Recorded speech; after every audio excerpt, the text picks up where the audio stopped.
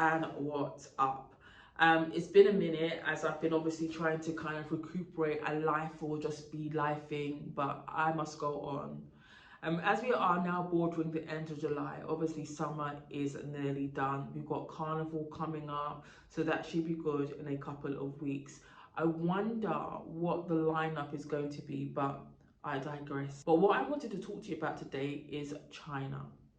And I wanted to talk to you about China's shopping app Temu, which has obviously flooded Instagram feeds and almost every social media app going. I'm obviously constantly seeing delivery drivers with parcels of Temu. Now, Temu is taking the online e-commerce world by storm, and it's only been launched in July of last year, and it was even featured in the recent Super Bowl ad. So Temu is an orange app with writing on.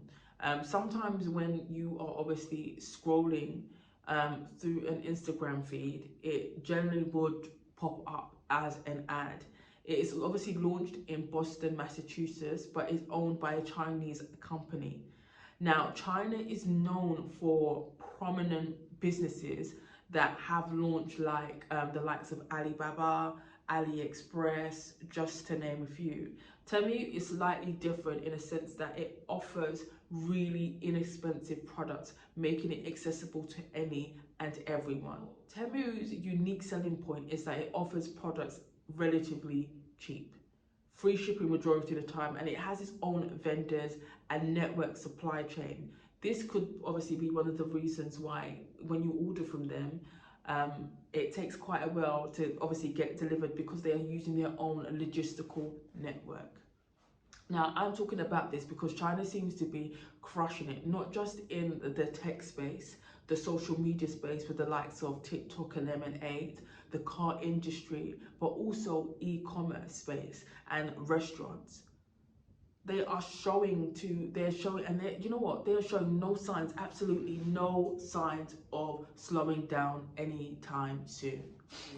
Now, China has been moving in the trajectory of low quality goods to high-end quality goods, even with the expansion of their military, for example, in Taiwan. But let me stop right there. What I'm basically saying is that China is only welcomed foreign direct investment in 1980. Since then, it has obviously propelled itself to one of the prominent economical countries in the world.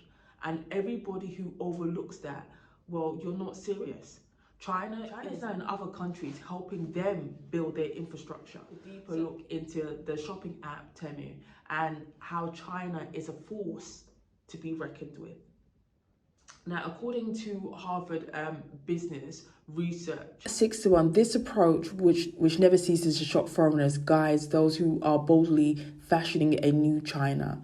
At 61, the People's Republic of China displays all the confidence of a nation that has overcome a midlife economic crisis. Nearly unscathed by the worst global recession in recent history, it is poised to reclaim its place as the one of the world's preeminent economies. The days of double-digit growth may be over, but the Chinese economy still expanded by 9% a year from 2008.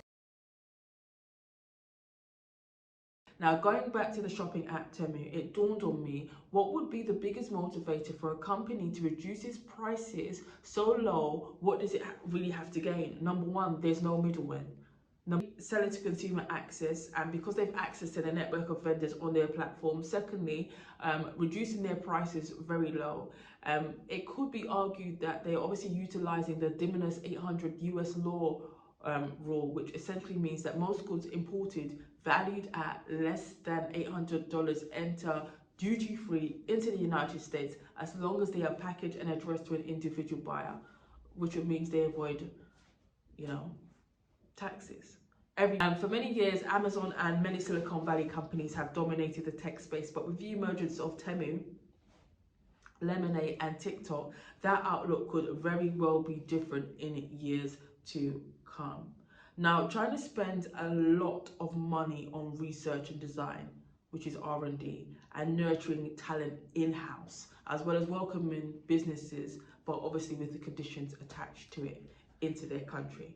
So how big is China? Well, China is smaller than the United States. It has 23 provinces, all of which carry varying kind of manufacturing activities, from province to province, from leather, electronics, cars, food and beverage. So let me show you the map. Here we go. I say that to say this: China is a superpower.